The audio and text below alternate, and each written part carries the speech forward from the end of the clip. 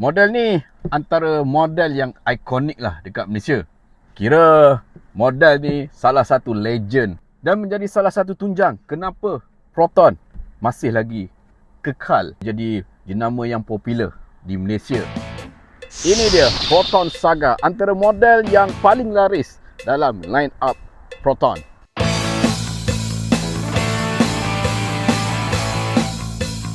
Proton Saga. Siapa yang tak kenal Proton Saga kan? Antara legend dan juga model yang paling ikonik di Malaysia. Dan model Proton Saga ni muncul sekitar tahun 1985. Sejarah kegemilangan Malaysia diukiri kemurnian sebuah impian. Impian yang dinanti-nanti menjadi nyata jua.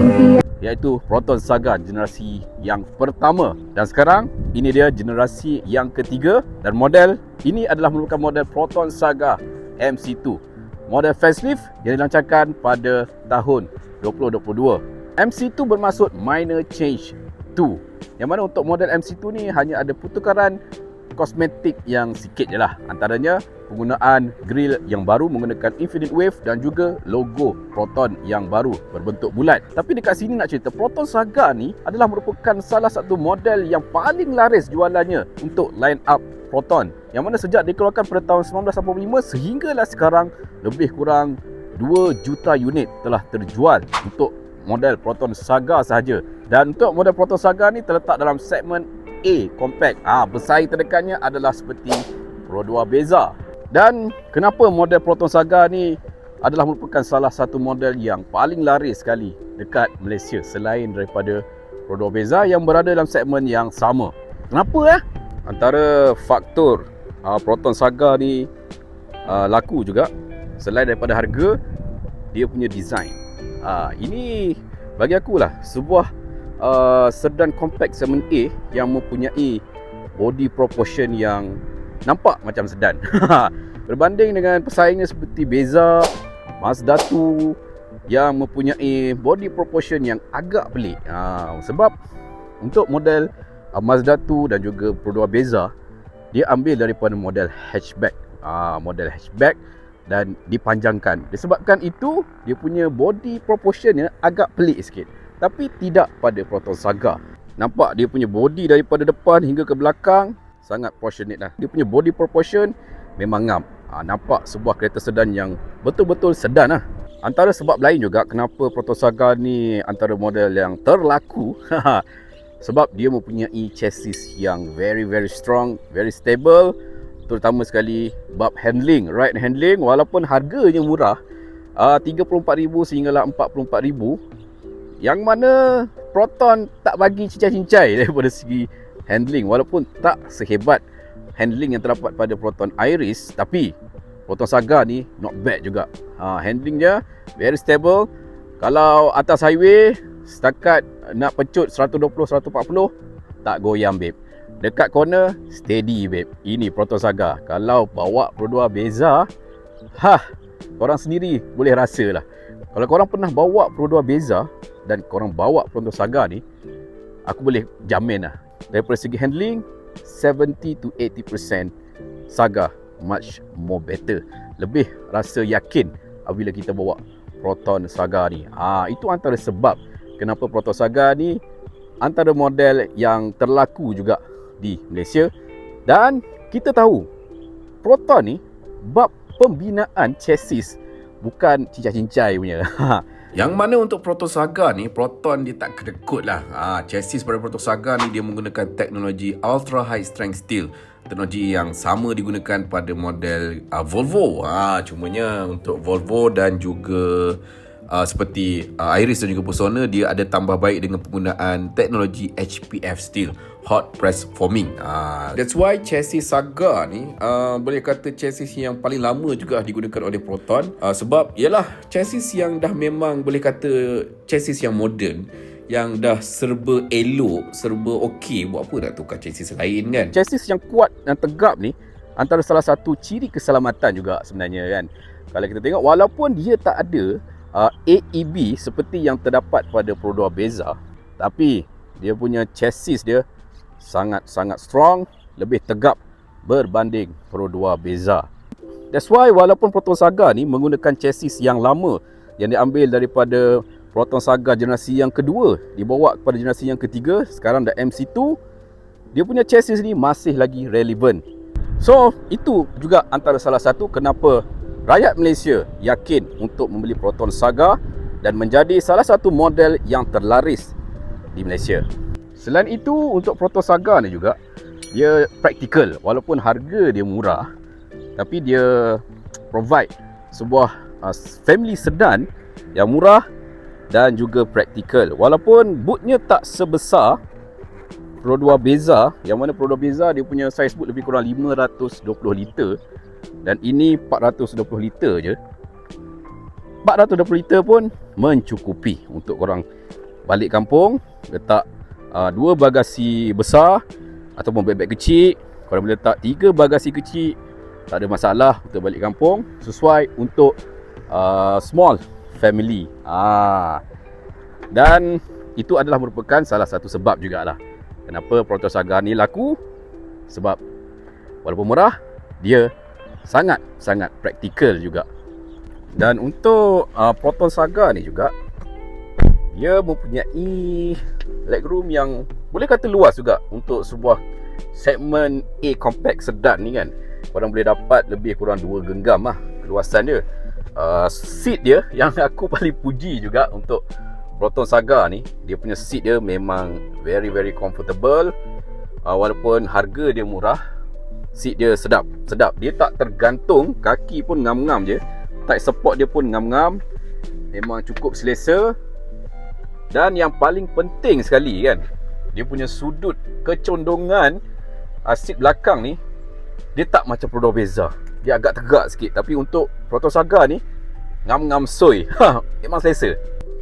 Cumanya kalau Proton tambah baik dengan menggunakan adjustable headrest ni pada bahagian seat belakang, mungkin lebih selesa lah. Macam ni, dia fix macam ni.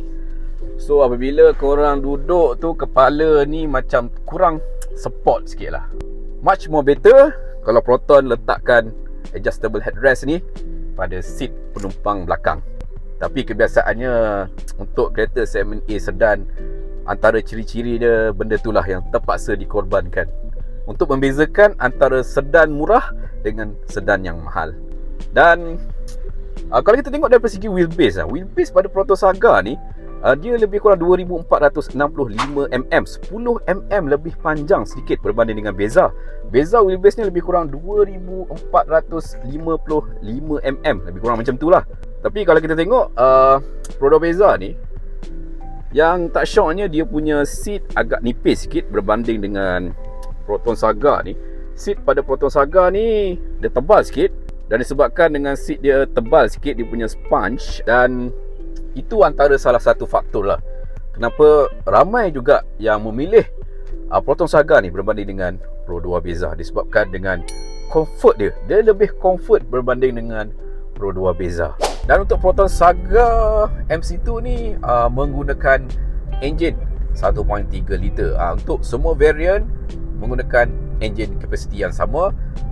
Untuk 1.3 liter ni, dia dapat memberi power output lebih kurang 98 PS dan 120 Nm torque.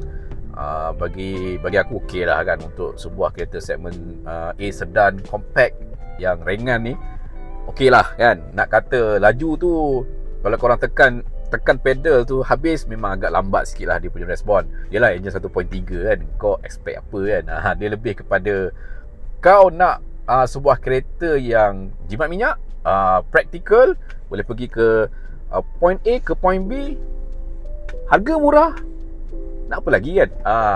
That's why Proton Saga dan juga Pro 2 Beza antara model yang paling laris lah, paling kiranya top 1 lah, model paling laris dekat Malaysia ni.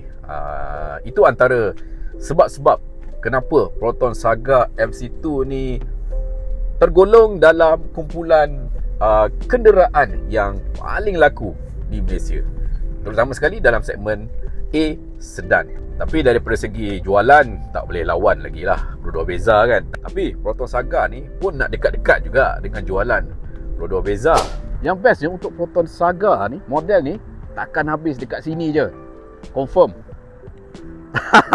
ada model baru, Proton Saga MC3. Mungkin untuk model Proton Saga yang baru nanti, Proton bakal menandingi jualan Pro 2 Beza.